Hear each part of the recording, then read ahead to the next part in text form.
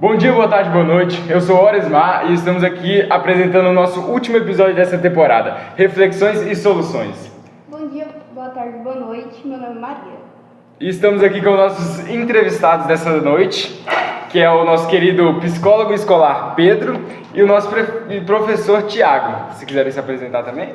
Bom, meu nome é Pedro, eu sou psicólogo escolar, faço parte do programa Ouvir e Acolher, que é uma parceria entre o Instituto Hortense e a Secretaria da Educação do Estado de Goiás. Senhor Tiago. Bom, eu sou o professor Tiago, sou professor de Biologia, sou formado em licenciatura em Biologia, com mestrado em Ecologia e doutorado em Zoologia. Trabalho no Alvino já há 3 anos, com essa turma incrível, e sou o melhor professor. É isso aí mesmo, Vamos lá, eu queria perguntar para o senhor, Tiago, Pedro, o que te motivou a entrar nesse ramo da psicologia? Bom, então, foi um processo bem longo, né? Na verdade, eu acho que começou ali quando eu me descobri gay, e aí eu tinha como objetivo fazer uma faculdade longe de casa, né? E eu queria fazer, de preferência, numa universidade pública. E aí eu fui olhando as grades curriculares dos cursos, né, que mais me chamavam a atenção. E psicologia me chamava muita atenção porque teve uma aula de filosofia que eu tive lá no Colégio Militar, Carlos Cunha Filho, onde o meu grupo ficou com um tema de psicologia, né? E eu especificamente fiquei com a parte de apresentar as ideias de Freud. E eu fiquei encantado. Eu lembro que foi um dos primeiros seminários assim que eu realmente quis devorar assim todo o conteúdo que eu consegui, e eu me senti muito feliz assim aprendendo um pouco mais sobre Freud. Quando o senhor chegou assim, você já chegou a sofrer algum tipo de bullying em relação a alguma coisa? Já. E tipo assim, isso te motivou mais ainda a querer ajudar as outras pessoas para tentar descobrir os problemas, tentar interagir, né? Com certeza, eu acho que o sofrimento ele leva a gente a tentar entender um pouco mais o funcionamento das coisas, né? Do mundo e principalmente como que a gente funciona, né? Como que os relacionamentos são constituídos na sociedade, né? Sim. O senhor, Tiago, o senhor já chegou a sofrer também algum tipo de bullying quando era mais novo, mais velho também? Bastante. Mais velho impossível, meu filho. Não, mas bastante. Vamos falar aqui perto do Pedro, né? Que vai me encaminhar. Então, vamos aqui, vamos pra lá, terapia. Vamos lá, brincadeira, Pedro. Quando eu tinha a idade de vocês, aliás, até antes mesmo, acho que eu lembro de sofrer bullying desde meus 7, 6 anos de idade. Eu sofria muito pela questão os meninos achavam minha voz muito fina, eu era filho de mãe solteira, meu pai tinha abandonado a gente. Então tudo isso pesava muito naquela época, eu estou com 43 anos, e a sociedade não conseguia, como é que eu posso dizer, não conseguia não agredir pessoas assim, certo?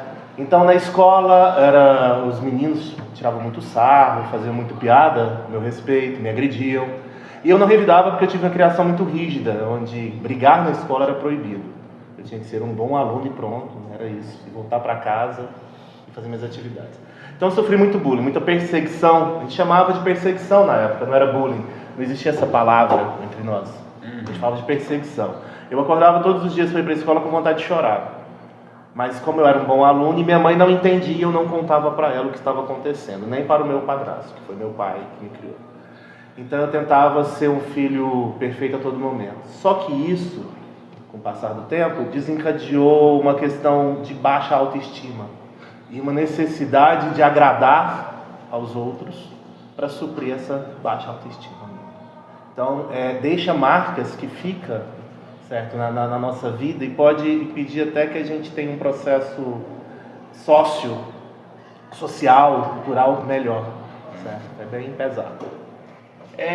Igual o Thiago falou que antigamente não tinha esse termo bullying, como é que se retratava para tentar resolver esse tipo de caso? Bom, então, o bullying enquanto um tipo de violência, né? Ele realmente não existia essa palavra, foi passar a existir, pelo menos aqui no Brasil, na década de 90, mas os estudos americanos, desde a década de 70, 80, já estudavam esse termo, a partir desse termo bullying, né? Mas antes disso era como o Thiago falou, não era bem tratado, né? Não era reconhecido. Porque a gente só consegue tratar alguma coisa a partir do momento que a gente nomeia ela, né? E a violência nas escolas antigamente era tratada assim, bom, é culpa sua, né? E os pais falavam assim, se você apanhar na escola, você vai apanhar aqui em casa, porque você não pode apanhar na escola. Exatamente. Né? Então tinha muito essa individualização, tipo assim, você tem que se virar, você não pode apanhar, você não pode sofrer, você não pode ser violentado. E isso gerava mais violência, né? Isso gerava inclusive mais sofrimento. O não reconhecimento dessa cultura da violência, né? Gera ainda assim mais violência. Então não era tratado, né? Porque não era reconhecido. Então, Thiaguinho. Pode me chamar de Thiaguinho, Maridade, não tem problema algum. Tá, vamos lá de novo. Então, Thiaguinho, como antigamente era tratado isso, ou usando outra frase, tinha nome antigamente? Não, na minha época escolar a gente não tinha um nome, uma designação para o que a gente sofria na escola, o que eu sofria na escola, né, e outras crianças. Chamava de perseguição, marcação, sabe? O aluno falava, você está marcado, então o cara está com marcação comigo. Então era esse termo que eles utilizavam, né? Nada muito rotulado, não existia um rótulo certo para aquilo. E é interessante porque, como o Pedro havia falado antes, a gente necessita realmente de rótulos. A humanidade precisa de rótulos para saber o que é e para procurar uma melhoria, um tratamento, enfim. Assim, a próxima pergunta vai ser para o senhor.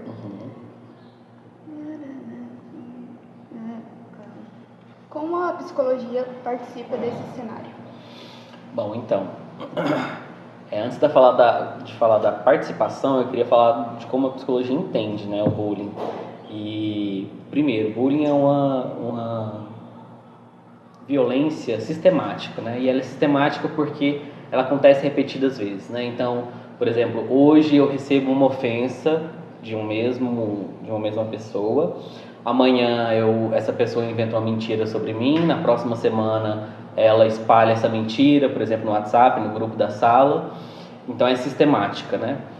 E a psicologia ela consegue identificar quem são os atores da ação do bullying, né? Então primeiro a gente tem o agressor, que é quem comete essa violência. A gente tem o agredido, né, o vítima, que é quem sofre essa violência, e a gente tem o espectador ou os espectadores, né, que é quem vê essa violência acontecer e geralmente se sente impedido, né, de tomar alguma atitude frente a isso porque fica acuado, né? Pensa, por exemplo, amanhã pode ser eu.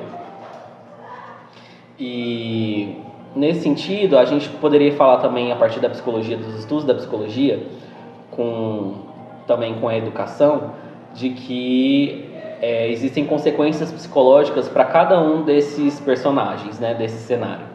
Então, por exemplo, para o agressor, a gente pode pensar na probabilidade dele se envolver, por exemplo, em delitos ou no uso e abuso de drogas e outras substâncias.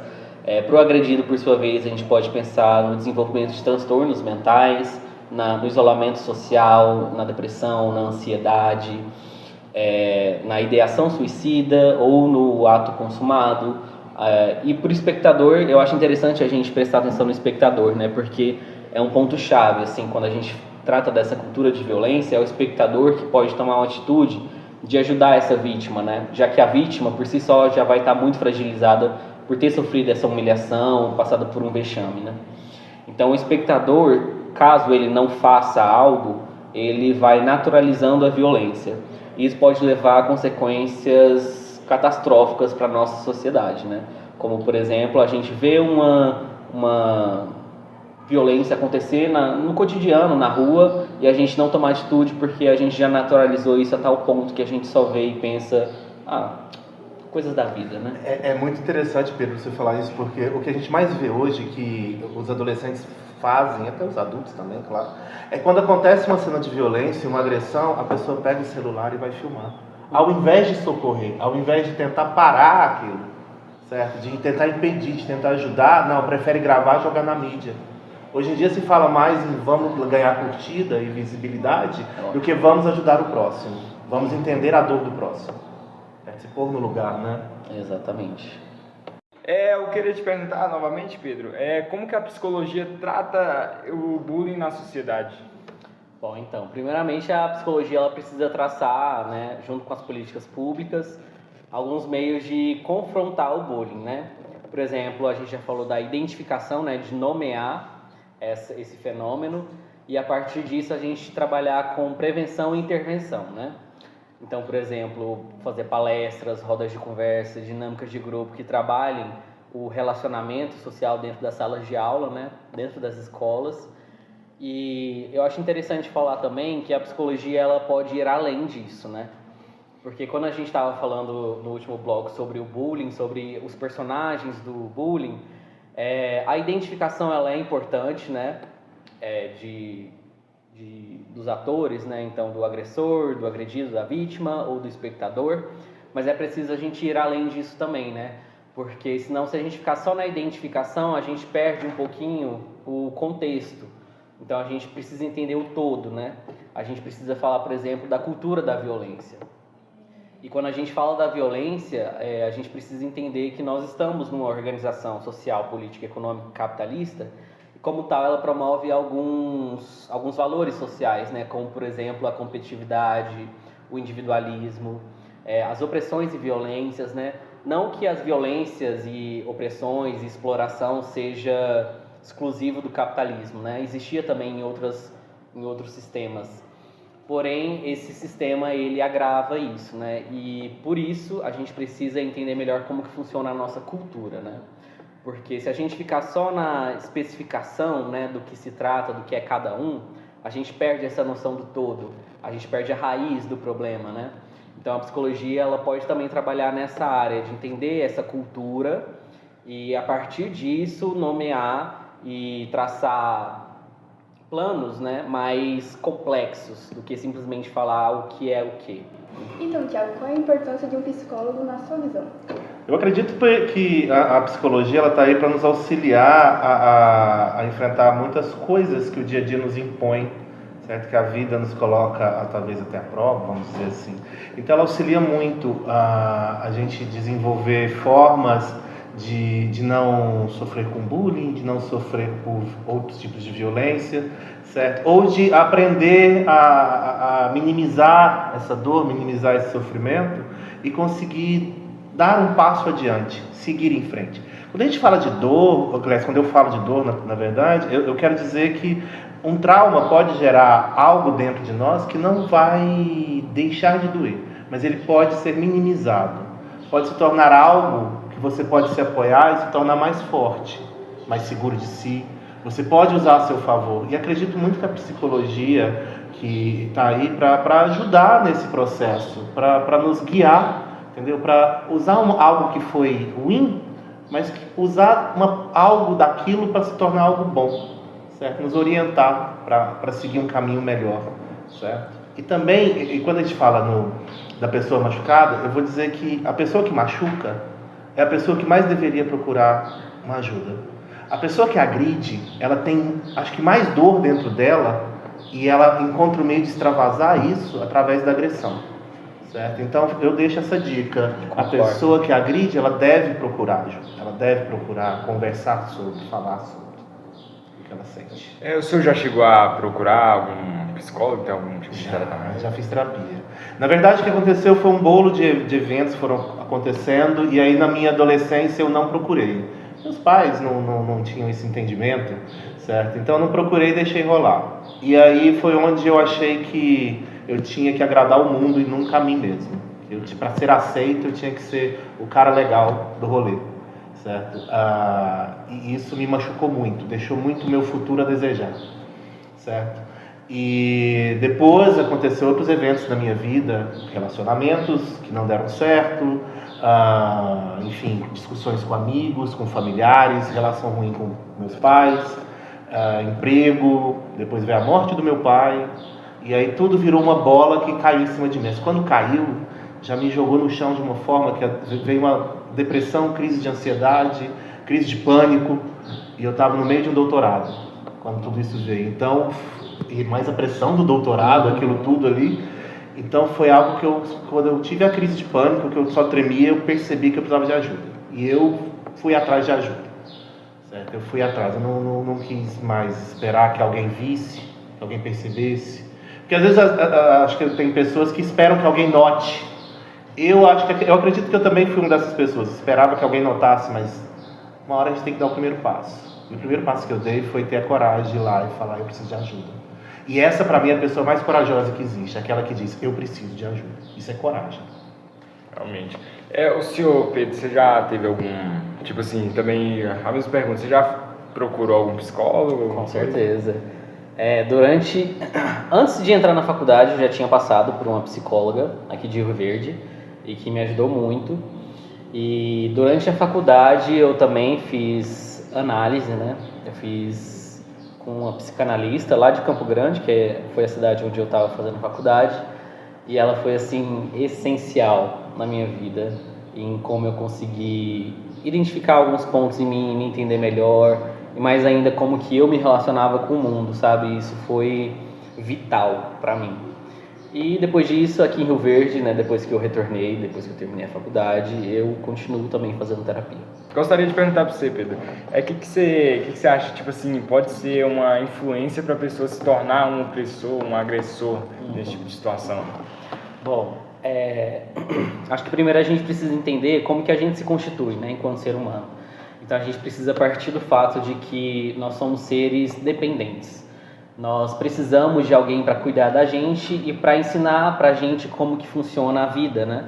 Não é à toa que a gente tem a escola, né? Que a gente fica até os 18 anos na escola e depois vem faculdade, né? Quando alguém decide fazer. E por isso eu acho importante a gente entender que nós somos seres da cultura, que essa cultura é produzida e reproduzida pelas pessoas próximas da gente, né? Então a primeira instituição que vai reproduzir essa cultura para a gente, que vai passar essa cultura para a gente, é a nossa família. Então dentro da família nós temos nossos cuidadores, e são esses cuidadores que vão passar a primeira visão. Depois disso a gente entra na escola, né? E aí a gente entra em conflito com outras realidades e outras formas de ver o mundo com as outras pessoas, né? Que têm outras condições e tudo mais. Então a partir disso a gente precisa entender o que essa cultura está fazendo, então, para produzir agressores, né? Como que a nossa cultura produz as pessoas que agridem as outras. Então, parte, por exemplo, do fato de que na nossa cultura, na nossa sociedade, a agressão ela é bem vista. Por exemplo, se a gente está assistindo um filme com a família e tem uma cena ali meio quente entre duas pessoas, que, sei lá, uma encostou na mão da outra de um jeito mais sensual, a gente já fica acanhado, né? Já fica, meu Deus, tô com meus pais aqui do lado, vamos mudar de canal. Por outro lado, se a gente estiver vendo, por exemplo, um filme de guerra, que tem, sei lá, gente se matando de tudo quanto é jeito, a gente acha ok, continua assistindo, né? Então a nossa cultura naturaliza a violência, né? E não só naturaliza, como ela promove também, né? Por exemplo, o fato de que nós não lidamos com as nossas fragilidades de uma maneira positiva. A gente não consegue expressar o quão fraco nós somos, o quão dependente de ajuda nós somos. Em contrapartida, se a gente se mostra mais bruto, isso é bem visto. Se a gente mostra, sei lá, mais agressivo, mais violento, isso também é bem visto, né? E a cultura faz isso. Então, para a gente entender o que faz uma pessoa se tornar agressiva, a gente precisa entender a cultura e entender também a história de vida dessa pessoa, né? O que machucou essa pessoa a ponto de ela aprender que só a agressão é possível se relacionar com o próximo, entende? Acho que vai por aí. Caramba. Posso dar uma pergunta? Então, vamos lá. No seu consultório, o senhor já recebeu alguma pessoa que praticou e saiu melhorado? Vamos dizer?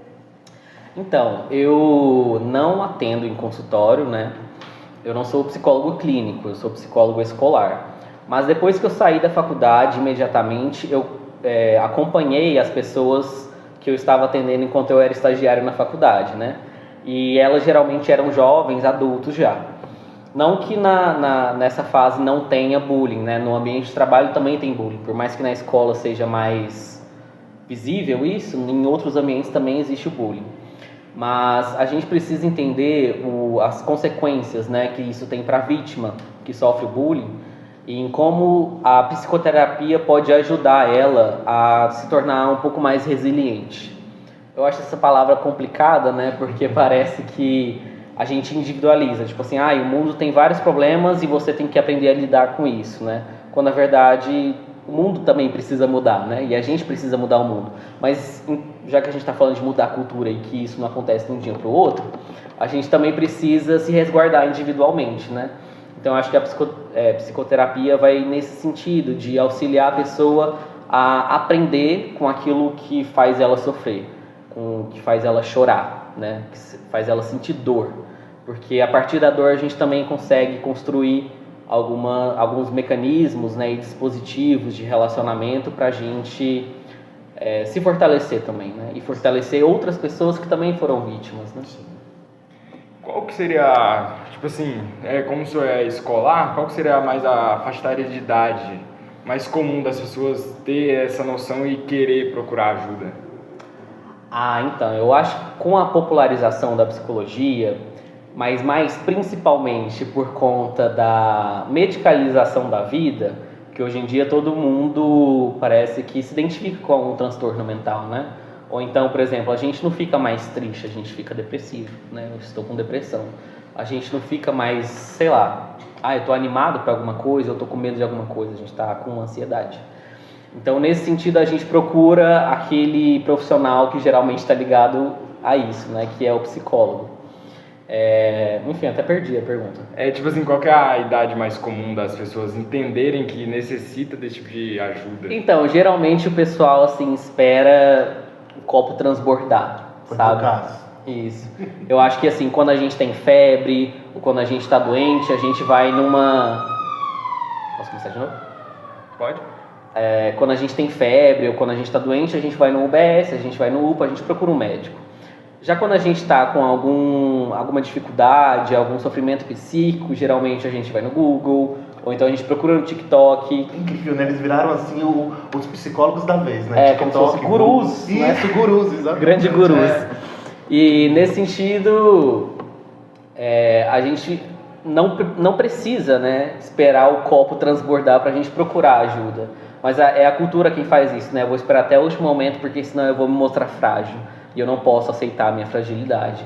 Então eu vou até as últimas consequências. Mas é importante deixar claro que não precisa ser assim, né? Que a gente pode procurar ajuda no primeiro momento, na primeira dificuldade. Muita gente tem esse preconceito, tipo assim, se eu for, vou estar mostrando que eu não sou bambambam e tudo mais. Eu não sou homem suficiente, eu não sou mulher suficiente. Perfeito. E eu quero, inclusive, aproveitar essa deixa para falar aqui de gênero, né? O quanto no gênero masculino a gente produz e reproduz essa ideia de que precisamos ser fortes e se mostrar assim, né, perfeitos e que nada abala a gente. Isso. Quando na verdade a gente precisa mudar essa cultura e é por isso que falar sobre sexualidade e gênero nas escolas é imprescindível e urgente, né? Algumas palestras, né? Eu falo muito com meus alunos quando eu escuto alguma piada em relação ao homossexualismo, porque é o seguinte, eu falo, homossexualidade, perdão. Eu falo para eles, por que te incomoda? O que tem na sua mente que te incomoda em relação do colega se relacionar com outro colega? Por quê? Você se identifica como hétero, professor. Então por que te incomoda? Por que está te incomodando não ser como você, não ser igual a você? Isso, perfeito. Eu acho que uma coisa que a gente precisa aprender, principalmente nas escolas, que é um ambiente de aprendizagem, é como lidar com a diferença, como lidar com aquele que não é igual a mim. Porque geralmente a gente acha que a gente é muito certo, né? Que a gente é referência em tudo, e tudo aquilo que é diferente da gente, que não é igual ao que a gente é e aparenta ser, é estranho, ou é crime, ou é vergonhoso e precisa ser atacado, né? Inclusive o bullying parte muito disso, né? Dessa relação de poder, de achar que o outro é diferente, portanto subalterno, e por ser subalterno e frágil, eu preciso atacar, porque é a partir desse ataque que eu também me constituo e me entendo como sujeito, né? Então o agressor, ele, inclusive voltando àquela pergunta, ele constrói a sua identidade a partir da humilhação do outro, né? Então é preciso entender também que existem formas de desenvolver identidades muito mais positivas, né? E muito mais pacíficas e solidárias na nossa cultura.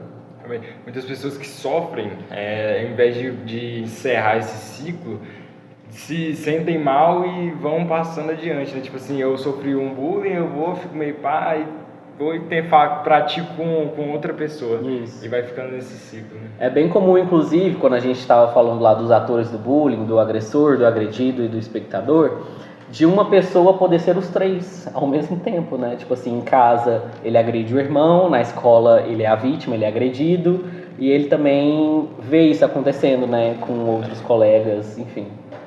É bem complexo, né? Bastante. Então, Pedro, qual é o impacto você acha que esse projeto pode impactar na vida de que está assistindo? Olha, eu achei interessantíssimo quando eu recebi o convite desse podcast, porque, primeiro, o fato de vocês estarem usando uma forma de comunicação extremamente nova, né, extremamente recente, que é o podcast, e isso está sendo feito numa escola pública. E eu achei isso assim fenomenal, me enche de orgulho saber que as escolas públicas estão tomando essa frente. E eu queria parabenizar, inclusive, vocês dois que estão me entrevistando e o bastidor aqui. Eu acho fenomenal esse projeto e o fato de vocês estarem trazendo assuntos tão urgentes, né, tão essenciais para a gente discutir, isso pode afetar as pessoas que ouvirem esse podcast e vocês aqui que estão participando também, a se conscientizar um pouco mais, né, e procurar ajuda de forma adequada. Por exemplo, quando a gente está falando de bullying, a gente precisa destacar também o fato de que a gente precisa procurar ajuda, né? O bullying a gente não revida, o bullying a gente combate procurando ajuda. E a gente procura ajuda nas pessoas, em adultos de confiança, né? Por exemplo, aqui na escola nós temos os professores, os coordenadores, o gestor, e são eles a quem a gente deve buscar quando a gente identificar alguma situação de bullying. E eu queria puxar o gancho também e agradecer o programa Ouvir e Acolher, que é qual eu faço parte, né, enquanto psicólogo escolar. E esse programa vai disponibilizar psicólogos e assistentes sociais nas escolas estaduais de todo o estado de Goiás. Excelente. Então, eu queria parabenizar também a SEDUC, né, pela iniciativa e falar que a gente está aqui, né, que a gente está à disposição de vocês, para vocês também procurarem a gente, como vocês fizeram agora nesse podcast, para a gente trabalhar mais esses assuntos nas escolas, né, que é tão urgente, tão necessário. Então, parabéns para vocês. E o senhor, Thiago, o que você acha que impacta? Eu acho muito legal, acho fantástico, né, na verdade, porque eu penso o seguinte: a nossa geração, não sei se temos a mesma idade, mas acredito que a gente está por ali. A nossa geração, gente, eu acho que nós melhoramos porque nós jovens na época nos comunicávamos, porque jovem não escuta muito o adulto, é incrível. Sim. Velho chato, papo chato, não está falando nada com nada. Mas a comunicação entre os jovens é algo que dá um entendimento melhor para eles e faz com que eles vão melhorando, vão aprendendo um com o outro, sentindo que não estão sendo cobrados, que na verdade estão se expondo e sendo eles mesmos, entre eles. Então isso aqui, esse projeto aqui de vocês é muito bacana, porque são pessoas jovens mostrando que papo sério também é um papo de jovem, certo? Também é um papo legal, é bacana. Parabéns a todos envolvidos. Realmente, é isso, pessoal. A gente vai estar encerrando esse episódio dessa temporada aqui agora. A gente gostaria de agradecer o Pedrão, que pôde vir aqui participar com a gente, o Thiago, que disponibilizou um tempinho para vir aqui, a Maria, que também está ajudando a entrevistar, e todo o pessoal que está aí. Uma salva de palmas, pessoal. Isso.